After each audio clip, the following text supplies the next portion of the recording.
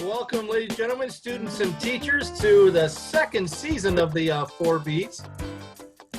I've got a message there. To the second season of the 4Bs, and right now we have planned 36 conversations over the next academic year, and we hope that you will join us for those, and that we hope that it adds to your understanding of the American Constitution and American politics, as well as political culture. Our first session for this year is going to be a topic that is very much has been in the news here and part of the American conversation, if you want to call it that. And that is, we're going to look at American exceptionalism, kind of I think initially a cultural idea, became a academic idea, and obviously a political idea. It is an intimate topic for Professor Williams and I, as for at least 2 decades, we've been discussing and debating this topic there. And I find it interesting because my original understanding of this is kind of what we mean by exceptionalism. And the way I initially understood it is that we're kind of an exception to history. Because of our identity and things like that. I want to ask you guys in a minute what your understanding is. My understanding of it is it really became widely applied in the late 19th and early 20th century, is that you started to see more and more discussion and reference to American exceptionalism. And more recently, it's become a hot topic. Partly due to the 1619 project, which then spurred a response, and President Trump, in the last months of his presidency, called for a 1776 commission to develop the teaching of American exceptionalism and the teaching of American patriotism in schools as a counterbalance. And again, whether it's a legitimate counterbalance or even a conflict, is a question in of itself. But as a counterbalance to the 1619 project and how he and his minions saw that. So like I said, I kind of saw this as we're an exception to the history of nations. I'm curious, gentlemen, just to start off with kind of a definitions, is how do you explain or define American exceptionalism? And I am curious, does it imply superiority in the way you understand it and you use it? Want to explain what that is. What is your understanding of American exceptionalism, what it means, and does it imply superiority? And I want to go to Professor Williams first, since he and I have been in this at least 2-decade long conversation. Mike? Yeah, I mean, the way I've always thought of exceptionalism is it was a normative statement. I mean, I always read it as better than. So we can dive into that a little more. But yeah, I think a lot of the debates kind of take that as the assumption, maybe rightly or wrongly. And I'm going to defer to those on the call who are more knowledgeable of history. But in terms of, are we an exception to history? I think in some cases, yes, I think we are. I think our political system is an exception in terms of how we set up our political design. But I tend to think that in a lot of ways we're not. And I think a lot of Americans would think that we are an exception. I know one of the most famous theories are that we don't have the types of social classes that existed in Europe. And that made America more egalitarian, and could then have a different type of culture. I just disagree. I mean, I think if you look at slavery and the treatment of women, I think if you look at the treatment of the working class, and now as we're becoming more diverse, the differences between different ethnic and racial groups, a lot of the issues that we deal with politically and through our Constitution are familiar to not only countries in Europe, but countries in Latin America, Africa, and Asia. So I don't think we're completely an exception to history. And I think exceptionalism Exceptionalism often comes with the baggage of, are we better than? And I think that kind of gets into the debate. So that's where I'll start. Chris? I'm kind of agreeing with Mike on this, the idea that, I think there's whether it's a jingoism or this kind of idea that maybe extreme nationalism where, we're founded upon this, and I think, back up to a degree, I do think we are an exception, and maybe more so, David, how you were describing it earlier, because if you think about it, we were founded upon an idea, right? That sentence by Jefferson in the Declaration of Independence, but there are huge caveats with that, and the fact that, as Mike mentioned, slavery, the treatment of women, the treatment of the poor. There was a period of time where meritocracy, I believe, was in place. I'm not sure if that time is still now. I mean, the idea that that American dream, that if you come here, you work hard, you can achieve. I'm not sure if that is still. I struggle with that sometimes. I don't want to channel my inner George Carlin about that, but I struggle with that. I do think, in terms of an idea, the idea of equality did separate us from other people. And I think early in the Republic, there were chances for people, but that again, those for white people to achieve that, right? To somehow rise above their station in life. Pardon me. I do tend to think, though, of I can't help but think of President Reagan, that the shining city on the hill where we're the beacon for the world and everybody wants to be like us. I struggle with that idea about us getting out the big foam finger. Number one, I do believe there's there's that sense to the concept of American exceptionalism, and I struggle with that. Well, Tim, I want to have you, follow up on that, but I want to add one element to it. Does American exceptionalism imply that God is on our side? It can, but I think, to Mike's point, it doesn't have to. I think if you, your opening, I thought was thoughtful in the sense that you posed a couple of silos, a couple of categories of how to think about this. The economic exceptionalism, is it a cultural idea? Is it a political idea? So I like that beginning, but there certainly is a religious component to this. And that, straight out of the chute, John Winthrop comes to mind, in Model of Christian Charity. He essentially lays out the city on the hill speech, and politicians ever since have been using that. I think even Kennedy might have invoked City on a Hill in a speech early in the 60s. Reagan certainly did. I think even Romney, in critiquing Trump, said that candidate Trump then was a threat to our tradition as a city on a hill. So there is a tremendous religious component to this. And I think in a lot of ways, the Puritans, in a lot of ways, were very much like Old Testament Jewish culture, in the sense that they could see themselves as very special people going through trials and tribulations, wandering in the wilderness, ocean, living, coming to the promised land. There's a lot of imagery in the early Puritan writings about their similarities to the ancient Hebrews. And if the ancient Hebrews were God's chosen people, we must be as well. So I think from the very beginning, Winthrop articulates, and other people articulate the same thing. The whole motive for coming to somewhere else, oppressed minorities, fleeing for freedom. There's a lot of power in that imagery of from borrowing from that Old Testament Jewish tradition in Jewish history. But I want to push back just a little bit, David.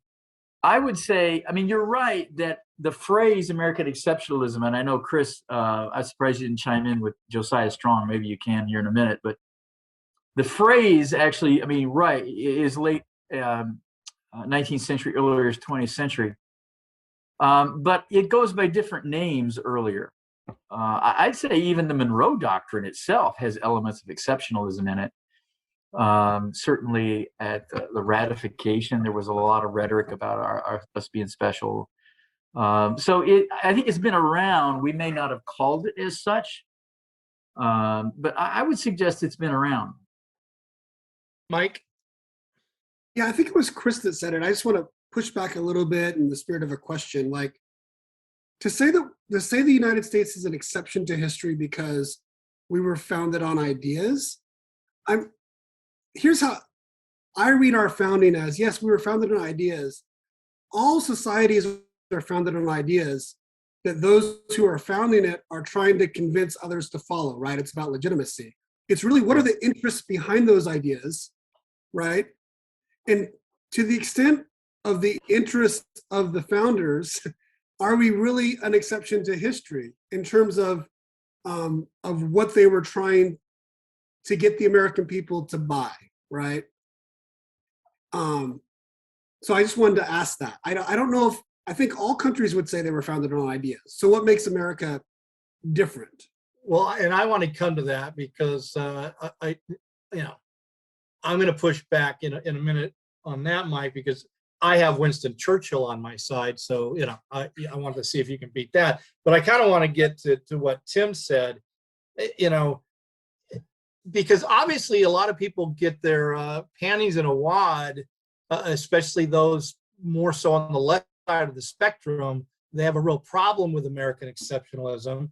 And you guys have referenced Winthrop, and Tim talked about that it's been there for a long time. It may not have been by that term. And yeah, we go to Federalist Paper number 1 in Hamilton, who said it has been frequently remarked that it seems to have been reserved to the people of this country by their conduct and example to decide the important question, whether societies of men are really capable or not of establishing good government from reflection and choice, or whether they are forever destined to depend for their political constitutions on accident and force.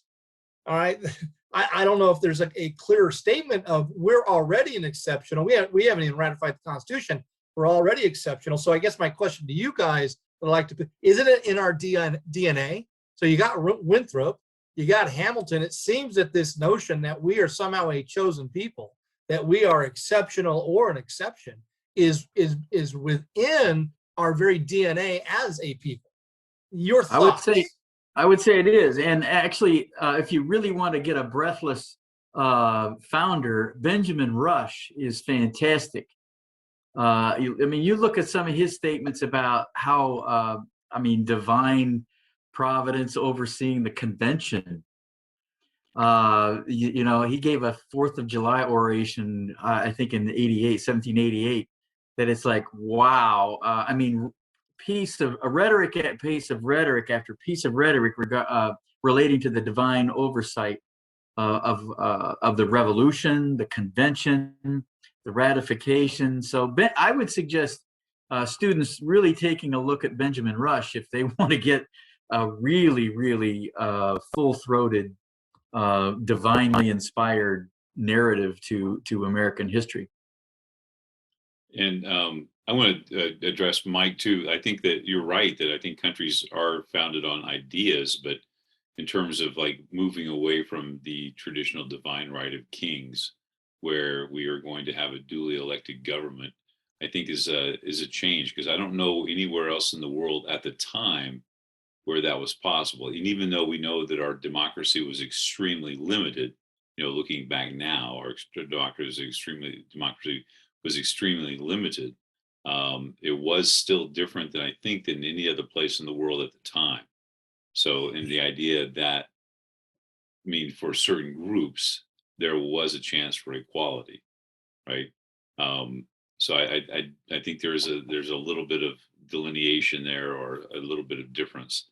And so, yeah, David, I think it is in our DNA. But here's a question I would guess, and going back to Mike's point earlier, isn't it in everybody's DNA? Doesn't everybody tend to, in terms of groups of people, don't they want to believe that there's something special about them? Well, no, and again, that was, that obviously we want to, I think it's important to talk about, a more global international perspective. But Churchill himself distinguished, yeah, but it is the means by which you get there. And he argued that, England was exceptional because of its history. And its identity was formed by that history, not by ideas, Professor Williams, but by its history. France was exceptional because of its history. And again, remember, to be part of the French community, you had to be French. America is the exception because to be American, there is no ethnic necessarily or language or religious requirement there. And that is unlike pretty much any other nation other than, again, the colonies here in the Western Hemisphere, quite possibly Canada and things like that. So I imagine every country has, Chris, as you say, has this notion that they're exceptional. But Churchill distinguished between, okay, how did that exceptional identity form? And there is an exceptional, or there is a historic notion. And he said America is very different because it's a creed. It's a set of ideas. And now he was very critical of it. He says it can lead, therefore, to this notion of superiority and ideological element to it. And he's saying this in the 1920s with the anti-communism. And he's saying, we're not going to be, and this is ironic, and it shocked me when I read it. He was opposed to anti-communist laws in the English Parliament, which were being passed, as you know, in the American Congress, because, wait, these people are English. All right. They're not some foreign element. We're talking about the English Communist Party. Let them have their ideas.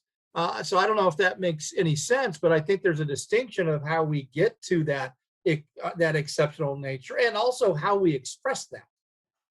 I think there has to be, and Mike can probably weigh on in this as a political scientist.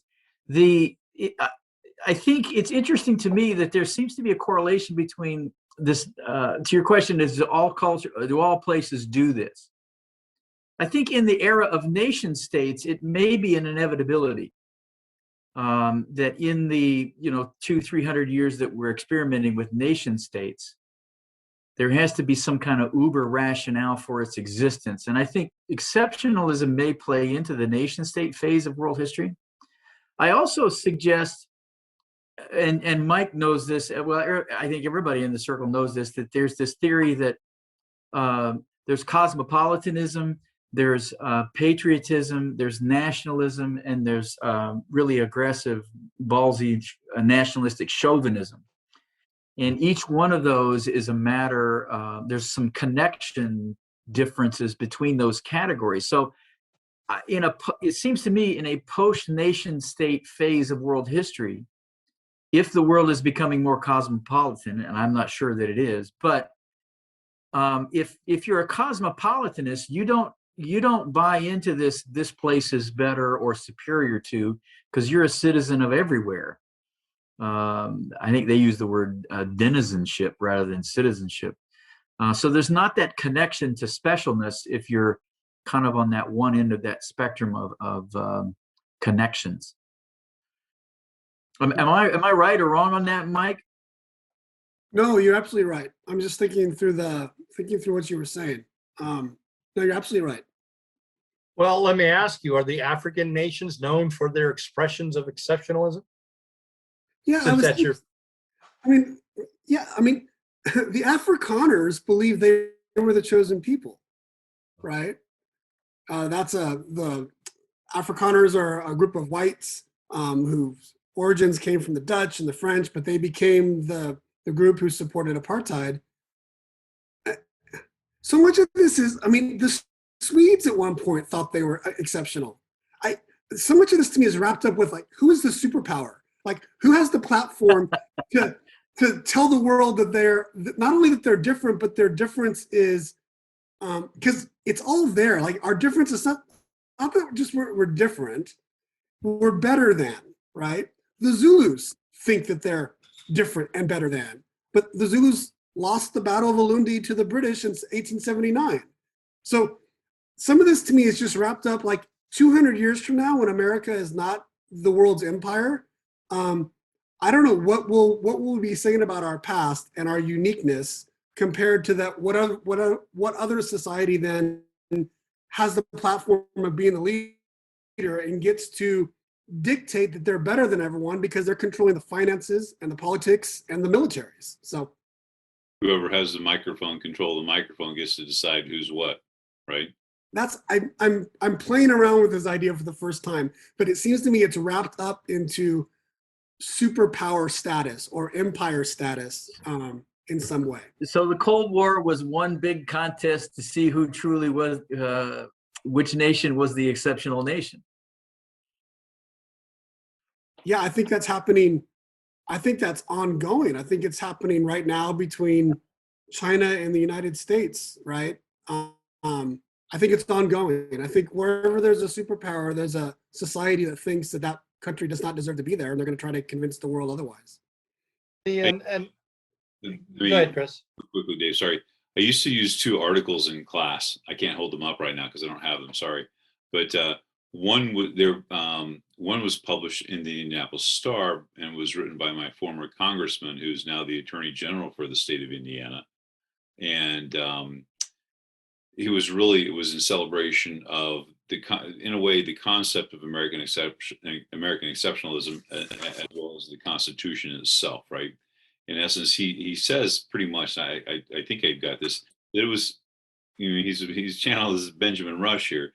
He's like, this was ordained by God, right? This was somehow God smiled upon the gentleman in Philadelphia and gave us this Constitution. And then I also gave my students another article written by Thurgood Marshall on the bicentennial celebration of the Constitution. And his perspective was a little bit different than my former congressman's, as one might expect.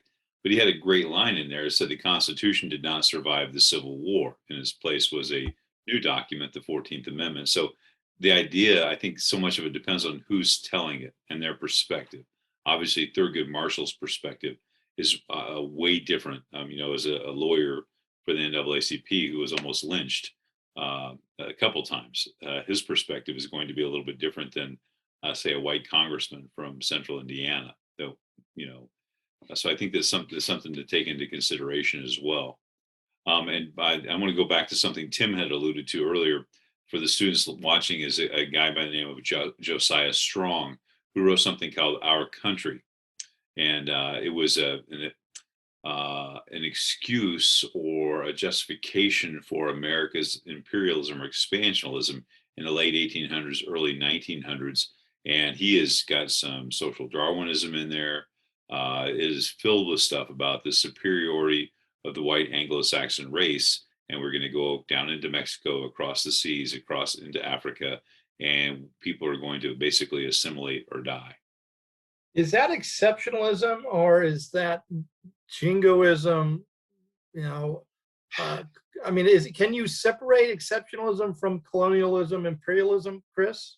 Well, I think in a way, I think exceptionalism has been used as a justification for colonialism or imperialism, Yep. right? We're Marvin the Martian, and we're going to go plant our flag, and we're going to claim this, country in the name because we have this superior system, and we just need to get people to see the light and adopt our system because we know it's better. So I think are they the same? No, but I think they've gone hand in hand. Mike, I guess I need some clarification because it seems like we have a consensus. It's in our DNA. If I understood you correctly, is every nation, and whether small or whatever, has this notion of American exceptionalism, but it gets more, aggressive as you rise in the rankings of the AP and UPI polls as far as superpower status there. So as you're competing globally, your exceptionalism gets louder and more verbose. Am I understanding that correctly?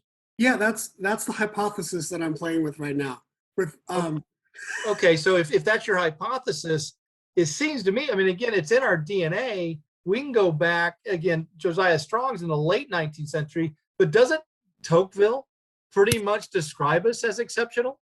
And that's the 1830s. We're not struggling to become a superpower at that time. We're just trying to consolidate our own. Well, yeah, Tocqueville observes that Americans think themselves to be that. Now, as I read Tocqueville, I'm not sure he's convinced that Americans are, but that's what he's observing. I think maybe Krevkor might be the go-to This new guy breed? at the founding period. Yeah, the whole a whole new breed of man. There's some interesting things by Krevkor that I think would get to your point, David.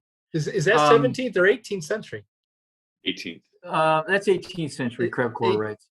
Yeah, so I wonder about Mike's hypothesis there, because it seems to Yeah. me at least the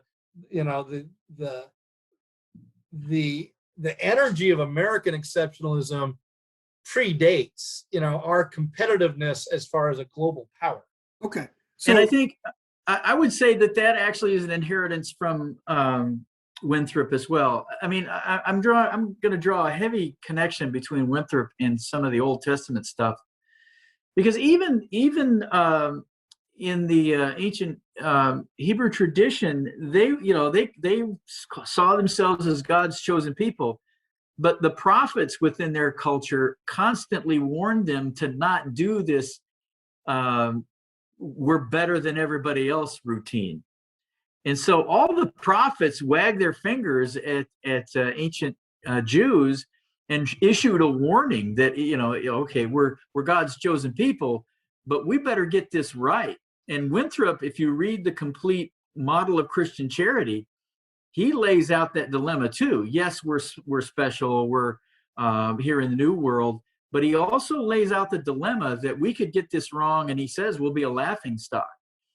So, so to your point that it doesn't always have to get to this imperialistic oppression, I think it's easy to get there, but I don't know that it automatically means that in its historical context, if it's understood within the ancient Hebrew tradition or even the Winthrop tradition in the 1600s. I'm sorry, Mike, I cut you off. yeah, no, I just the last 10,000 years or so, as we've become sedentary, we've tried to build up political formations. I'm not going to say every society goes through this, but to me, this is about, we would call it nation making, nation building, right? Identity making. To me, that's equivalent to myth making. I mean, nation building is like myth making. And behind all this, behind the curtain, is power. And every society, now most societies, whether it's Zulus or Swedes or Americans or Cherokees, have got to convince those to pay tribute, to pay taxes, to be loyal to their entity. And to do that, they have to come up with a pretty good story and give examples of why they should be part of that group. That's it, to the extent that I think it's part of every society's DNA. It's at that level. And then I think all societies go through periods where they bite off more than they can chew and they act out, and some other group puts them in their place, and then they can decide to be a little more humble or not, or they just fade away. But I don't know if this is a jump, but I'm listening to you describe it, Mike. Isn't that what we see happening right now in Afghanistan? That we thought we were able to somehow, we did not learn our lesson from the 1960s and 1970s and other lessons throughout history, as you guys well know. But here we are after 20 years, and what do we have to show for American blood and treasure?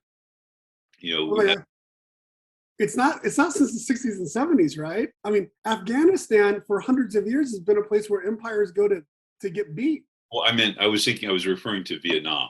Our exploits in Vietnam and the hubris, that the idea is that we can simply go in and people will want to be like us because we are all that in a bag of chips.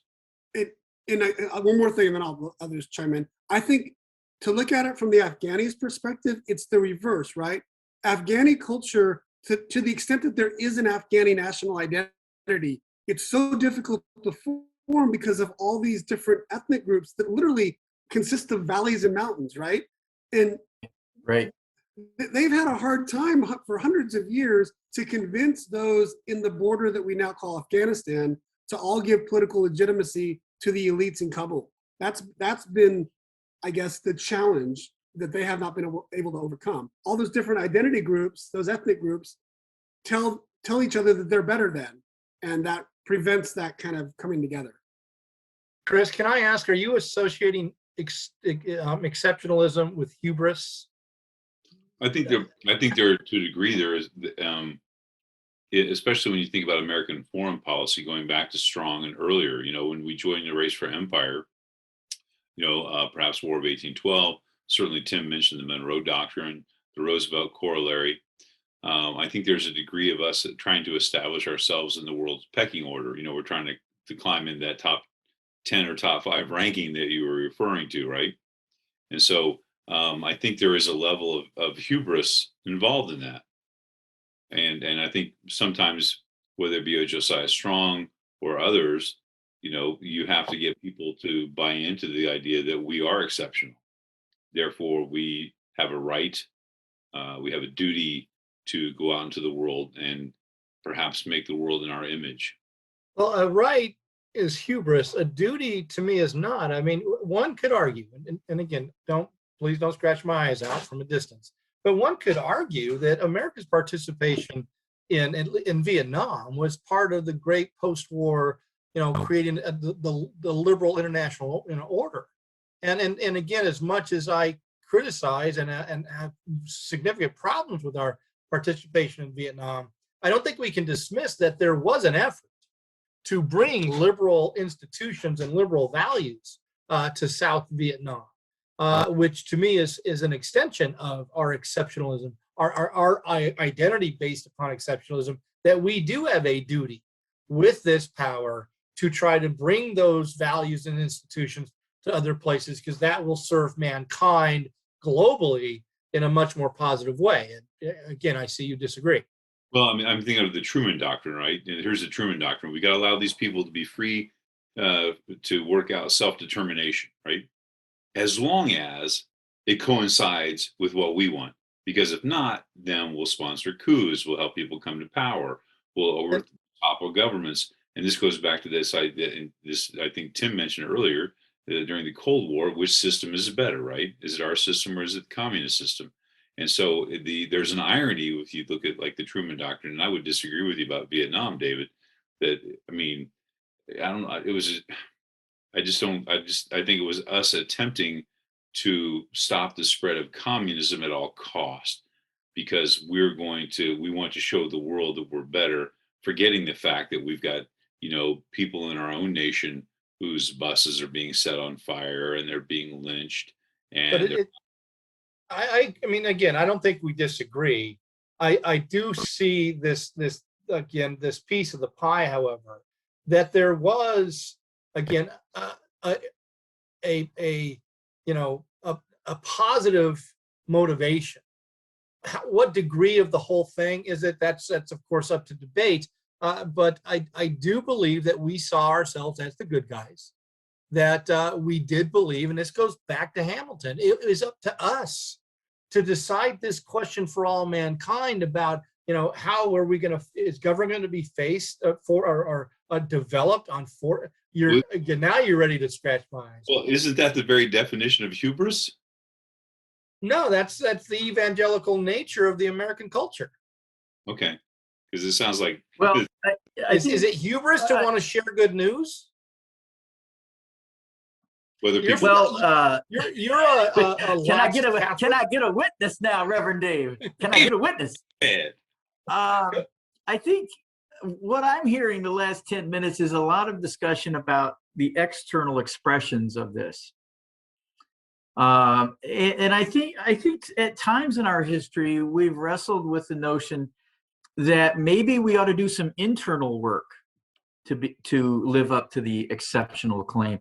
Now I'm not going to put Lyndon Johnson on the pedestal of righteousness here and the Great Society. There's a lot of motives for what was done there, but wasn't that some internal housekeeping? I mean, students are going to have to deal with a Lincoln quote on this issue of American exceptionalism.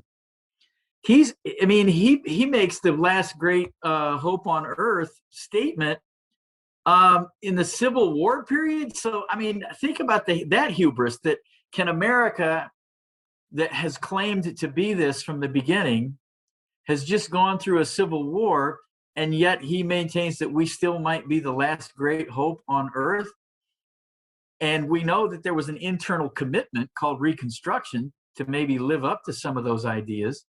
And the South said, no, we have our own version of exceptionalism and not your version of it.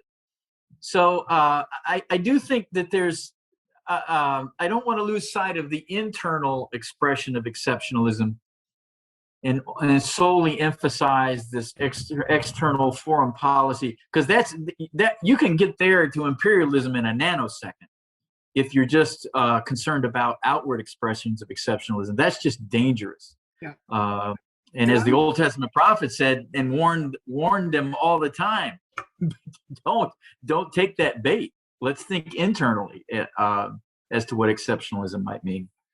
Yeah, and I would encourage you, the students watching this, to look at the major social economic indicators and how the United States fares compared to other countries that we often compare to, right? And we are exceptional. Exceptional in that we're at the bottom in terms of infant mortality, life expectancy, healthcare. So this looking inwards, I think what child lunch programs in school districts. Yeah, one of the greatest opening scenes of the TV program in the history of TV, Aaron Sorkin's Newsroom, where the lead character goes through the list of where we rank. I've always wanted to show that. I always did when I was teaching, to show that in class, except it was R-rated. So I'm sorry, Mike, go ahead. No, that was it. I just think looking inwards is a useful experiment. Okay, so, and again, so let's bring this into a more contemporary sense. I am curious, and this is to you, Mike, at least initially, is this notion, this discussion we're having, exceptionalism, is it just of the political elites are having this discussion, and most Americans are not involved? Do you read it that way? It's really amongst inside the Beltway and amongst elites, and most Americans just, they don't even think about it. What's your read on that? Oh, wow. No, I think for a lot of average Americans, this is the water they're swimming in, and they're not even questioning that they're in water. I mean, the fact that we're number one, USA is the best, is something that just comes as naturally as anything else in their lives. So I think it's it's lacking critical sort of thinking about it. But I think it's at the grassroots, and I haven't read enough about this. I wonder to what extent the elites are just feeding off of this. Like, who wants to be the elite? Like Jimmy Carter? I remember a Dole running. Well, there you go, Carter. Okay, to tell us like how bad we are at stuff, right? And to tell folks that we're not number one, that we really should be better. That's not going to win too many elections. So I don't know the cause and effect here, but I don't think it's just an elite phenomenon. I think it's more widespread. I still believe that's the greatest political speech of the 20th century, because it got rid of hubris, and it was honest. Given the context of when he gave that, it was the most honest political speech of the 20th century. And yet, Old Testament prophet-like. Right. I agree. That crisis of confidence speech is phenomenal.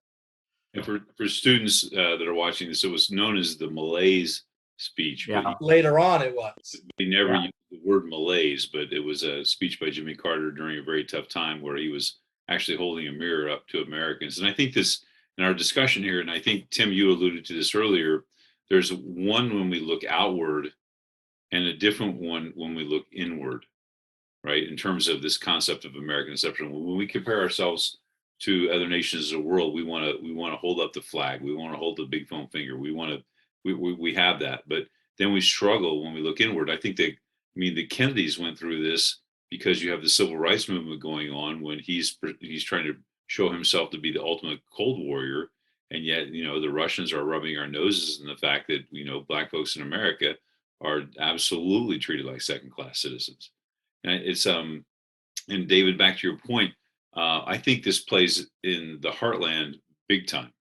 This concept of American exceptionalism. This is not an elitist kind of thing. This is a big time thing. But I always kind of channel my inner Professor Williams sometimes, and I I ask kids to say, okay, so you look at the American flag. What does that represent? Just give me some words.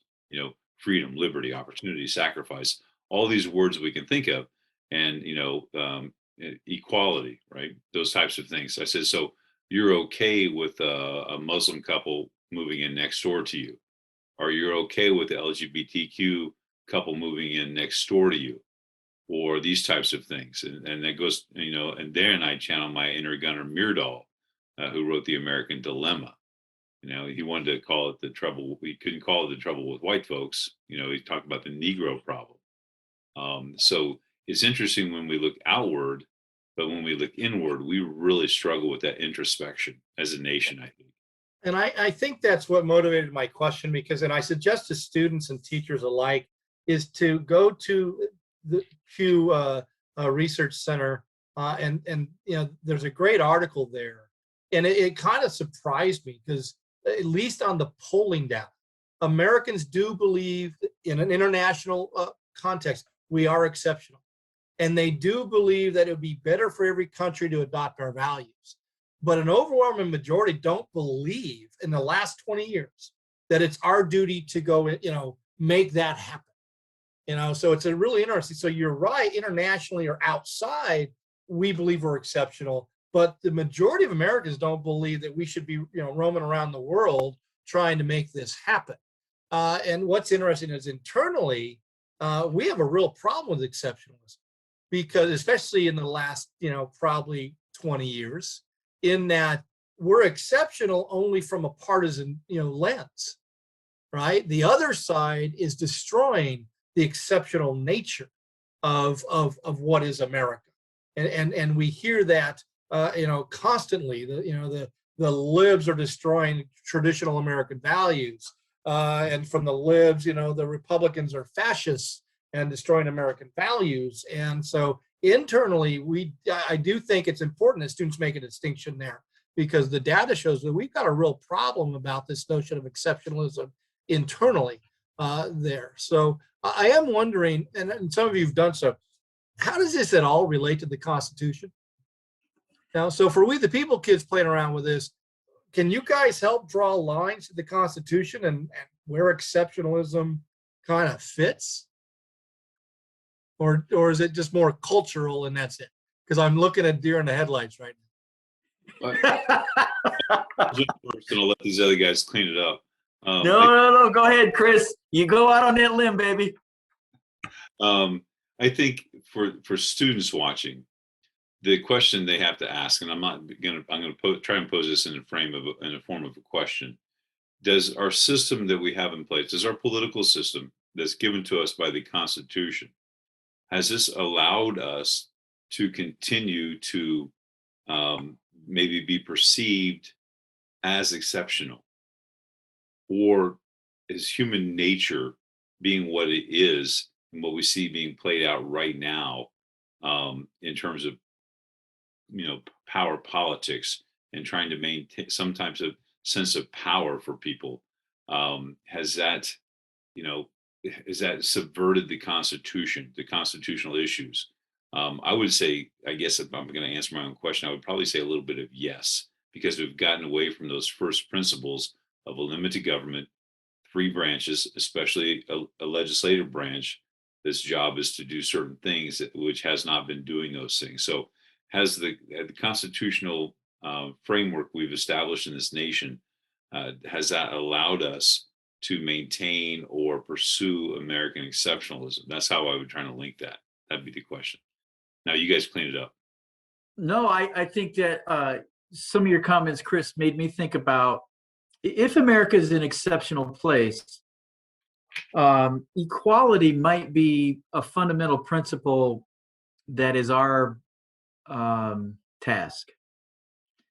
And that's all about equity within a constitutional system. And, is the 14th Amendment then our ultimate objective, the equal protection of the laws?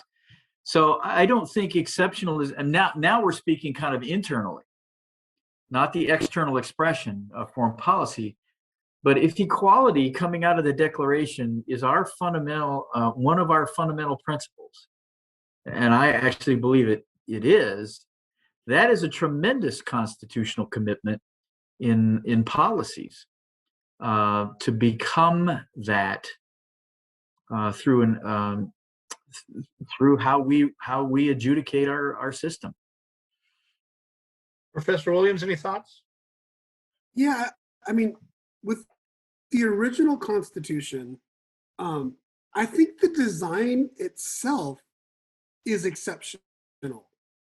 I mean, I think to the extent that they set up a system in 1787 with this separation of powers, right? Bringing together the 13 colonies, I think it speaks for itself that like we're unique, combined with, there's going to be no titles of nobility, which really separated us out.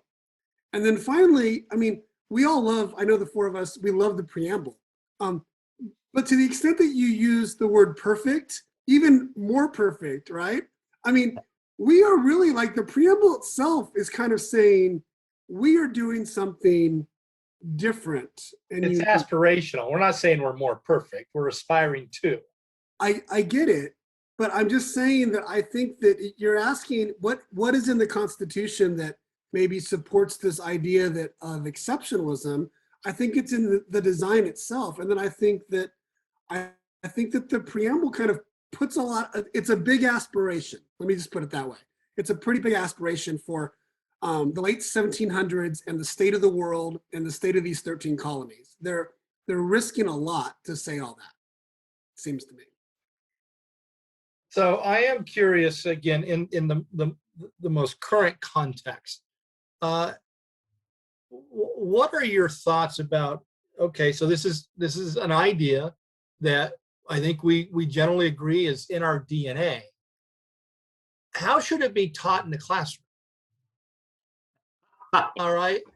Again, how do we address this notion of exceptionalism? And again, your body and you guys' physical response to that is, I'm looking at a coup going on here, there. But, go ahead, Chris. Let me jump in here because when Tim uses the word equity, right, that is a buzzword these days. Yeah. Yes.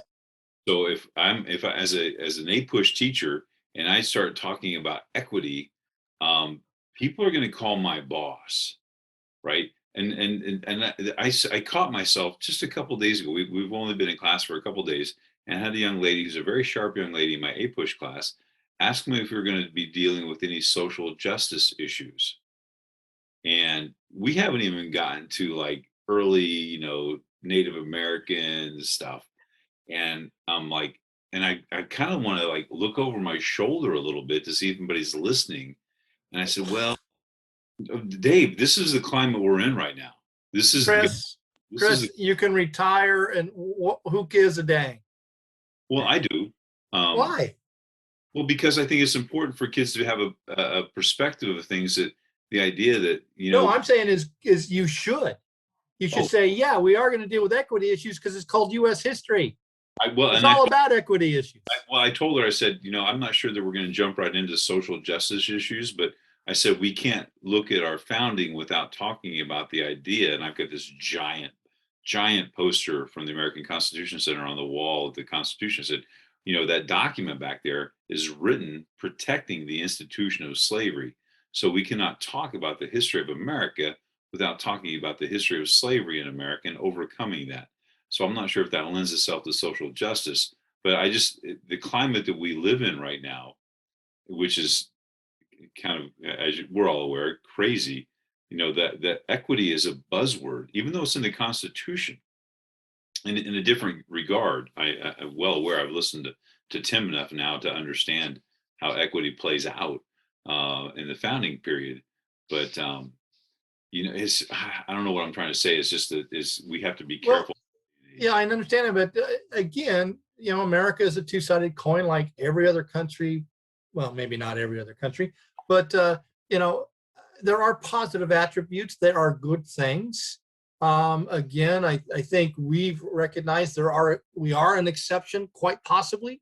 We have been at times exceptional. Do you address that as well? Oh yeah, yeah. I would say we're going to study American history, warts and all. You do the warts. I mean, because again, I'll be honest, I tended to be, my mentor, the man who most influenced me in my early career, was Canadian. And he taught US history at my university from the outside in, from a Canadian point of view. So I'll be honest, and I think Mike can verify this, as I tended to focus a lot on the warts there. And again, and that becomes the political problem that you're talking about there. But I'm just wondering, because to me, and Tim, maybe more being on a university campus in the field of history, American exceptionalism, I don't know how you can teach AP US history without talking about the concept. Right. And so I don't think you can. I don't think you can, because my take on it is it was there from the very beginning. So if you can somehow pull off an honest full year discussion of, has that exceptionalism that was at Winthrop, how have we done with that? Constantly taking the temperature through through the whole year. Now, I don't know whether the culture will allow you to do that now, though. I'm in many ways glad that I don't have to face those pressures that Chris does, and Mike, just to a similar extent. I don't know how you can do it the way I read the Lincoln Tap crowd. I don't know how you can get that done in a classroom right now, but I would hope that you could talk about warts and winters on this. I hope you guys are impressed that I survived 35 years in Trump land, doing just that. Not that I didn't pull back every now and then. Well, it seems to me it's taken a toll, David. It seems to me it's taken a toll. Yeah, just look at it. Professor Williams, again, I know you like to play humble when it comes to your knowledge of history, but even in the realm of political science, I'm assuming there's a foundation of knowledge rather than numbers that you guys deal with there. How do you, I do believe you touch on American institutions and stuff in the classes you teach. How do you go about addressing this in the classroom? Well, I teach a lot of comparative politics, which maybe gives me a bit of an advantage, right? So the textbook that I used last semester, I'm using again this semester it's going to be first years and second years. The textbook is called The Good Society. And basically, in the first chapter, he says, what do we think a good society should be? And he gives out his argument. Here's how we're going to measure it. And then you kind of go through, and in the appendix, he can show where different countries rank on these different elements of good society. So for me, it's just sort of taking the students on this journey, right? Where they all want to live in a good society. Most of them do. They all, to the extent that they think about it, they think that the United States is the best society anywhere. And then just to slowly kind of show them how different countries do things, and how we may do things better than some countries, and some countries are doing things better than us. But we should be critical, and we should be looking to improve to get to that more perfect union ideal, right? But I think I have an advantage because I can constantly pivot back and forth and to say, well, in Britain, they have question time. Wouldn't you want to see a president get in front of maybe not, but how would that look, So it's a little more, I have a little more flexibility there, I think. Okay, go ahead, Chris. Well, what I used to do is in the beginning of my, not my AP US class, but my honors history class, I used to teach. And I know Mike alluded to the preamble. We would break down the preamble as a set of promises. And the whole goal of the class was to see how well or not we've kept those promises to ourselves. And the fact that many times those promises come in conflict with each other.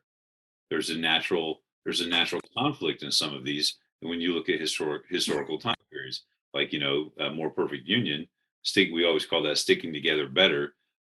Civil War, not so good. But what were we trying to do? Establish justice. We're trying to be free. So we're trying, I could use the preamble as a springboard into a deeper discussion of how well or how not well we've kept these promises. But in the climate that we're in right now, and I'm not going to bore you guys with the specific stories that have already happened in my school with folks, but it's a tough climate right now. So we're coming down to the last few minutes of our program. I guess I'd like to hear from you guys kind of an overall sense of this concept of American exceptionalism in both our academic world, but in general society. And what do you see as the positive or negative consequences, of this, this conflict or of this debate or of this idea in our society? And I don't know if I'm making sense, but one of my problems with American exceptionalism is I think it's made us lazy. Even though we're generally a lazy society intellectually and academically, but it leads us to have a really, deep misunderstanding of history, the history of the world, and U.S. history. I hear all the time, or I did hear all the time in my last, years of teaching, America won World War I. America won World War II. America won the Cold War. All right. Of course, dismissing, the role of every other country in those conflicts. And somehow, again, we came in on the white horse and saved everybody, which is so historically inaccurate if you study all those events. And I think that's a byproduct of American exceptionalism and its impact on, both our educational system and our general culture and how we see ourselves vis-a-vis the rest of the world. So, but I don't know if my example gives you more clarity. I think your examples, David, speak to the point. Is exactly a point I think I was trying to make earlier. Those your statements about why those are foreign policy victories. Now, incorrectly interpreted, but I think I like that idea of the preamble, Mike, where each statement in the preamble is a magnifying glass. Let's take that principle and see how we've done. And let's plop ourselves into various places on the timeline. So and there's two different paradigms. Let's look at the foreign policy, the external exceptional expressions. Now let's go internal. I'm struck by your statements of American exceptionalism being foreign policy victories. Well, now let's come back home and let's wander around in our domestic policies and how people are doing. I mean, I've seen some of those kinds of things that Professor Williams referred to, those indicators of how of the good society and the misery index. I mean, there's all kinds of things out there online to get a sense of how we're doing internally. Right, and before we get to Mike, and partly I mentioned that, Tim, is that in those two different categories. But what's fascinating is my reading this last week is most of the literature I found, it's all external. The Pew thing is overwhelmingly external, and it's how we see ourselves relative to the world and how the world sees us. So I found very few things that dealt with the internal notion of this, which I think is fascinating. And I'm glad that you've brought that up numerous times. But I also think that that's where our problem is that that's where the real debate is. I think you might be right that we're definitely blind, I think, to some internal weaknesses that we do have. Mike, does the information that you share with your students, and I've seen this before in terms of the rule of law ranking, is that also information that you, because I've seen that before, I can't remember which organization does this, but they look at several different points along the way to see how well we, nations live up to this concept of rule of law. And I know that we struggle as a nation compared to other nations. And I'm going to jump in with one more point here, is that back to Dave's, the point he was just making. I think that, and this is me going to maybe get the big foam finger on here for a second. Not the Miley Cyrus big foam finger for Wrecking Ball for for you kids that seen that video. Stop. Okay. But back to my point earlier, when we won our independence, right, from Great Britain, and this idea of this that really separated us from other nations, right? The idea of equality, as Tim mentioned earlier, the idea of self-rule, even though we know it was limited, we know it really didn't start until 1965. That do we? No, I say that. I say that it's kind of joking, but I mean that as well. I think there's a lot to be said for that. But do we see other nations around the world when we say from 1776 to now have more nations become like us in that regard? Have they moved in that way to be similar to us in terms of a greater expansion of rights to people? I think that's a question to you, Mike. To all you guys, I think that I would say yes, but I don't know. It was definitely yes 15, 20 years ago.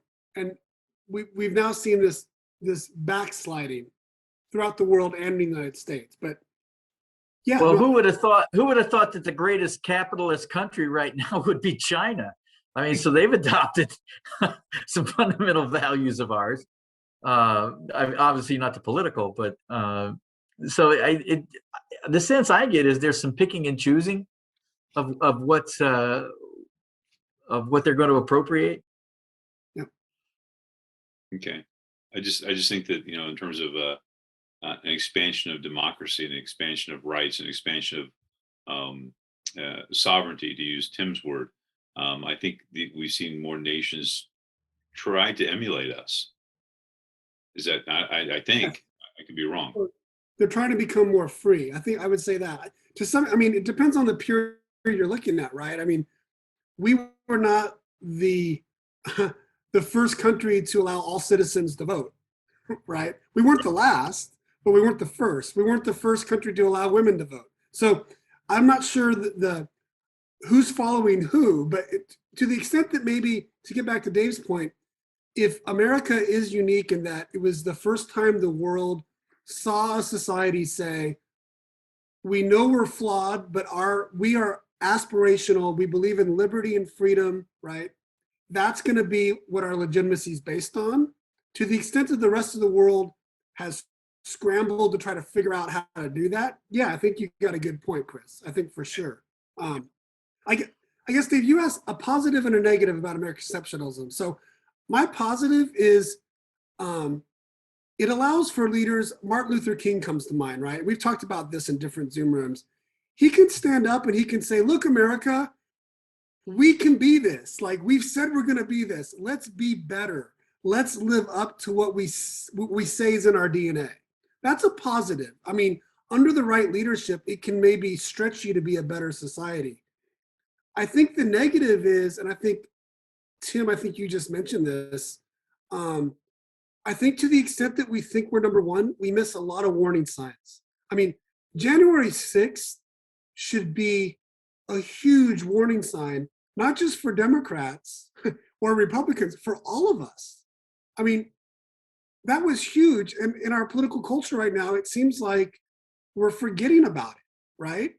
And there are violence in the United States, to the extent of violence. What's happening in Afghanistan right now, the extent that we can exert our power overseas, all these things are adding up. There are warning signs that that things are changing, not for the better in the United States. And I think American exceptionalism keeps us from seeing that clear-eyed.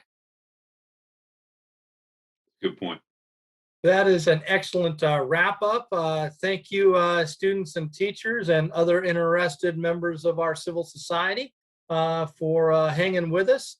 We hope to see you in another week or so as we are going to focus our attention on the influences and foundation of American constitutional and political thought through the 17th and 18th century there. And so hopefully you'll join us then.